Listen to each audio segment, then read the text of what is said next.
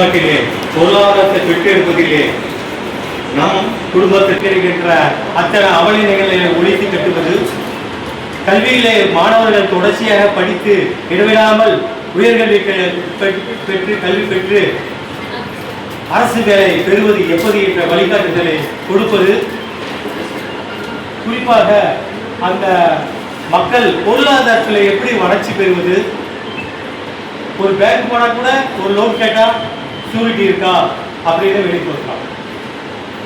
இந்த தொழில் செய்வதற்கு உங்களுக்கு என்ன அருகதை இருக்கிறது என்ற கேள்வி கேட்கும் பொழுதே நாம் பதில் சொல்ல முடியாமல் வெளியிடுகின்ற சூழ்நிலை. என் பையனுக்கு கல்வி கடன் படிக்கணும் வேணும் போய் கேட்டால் நீங்கள் என்ன சொத்து வச்சிருக்கீங்கன்னு கேட்டவுடனே அந்த கல்வி கடனை வாங்க முடியாமல் வெளியே வரும்.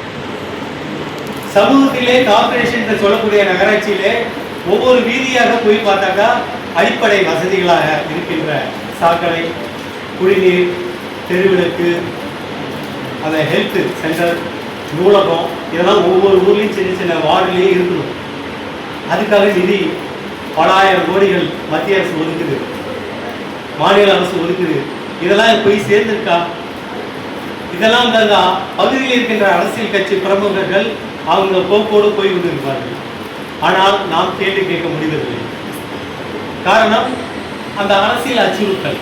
ஒழுங்கப்பட்ட மக்கள் குடியரசானது அகில இந்திய அளவிலே குறிப்பாக தமிழ்நாட்டில் கட்டமைப்பு உருவாக்கப்பட்டிருக்கிறது.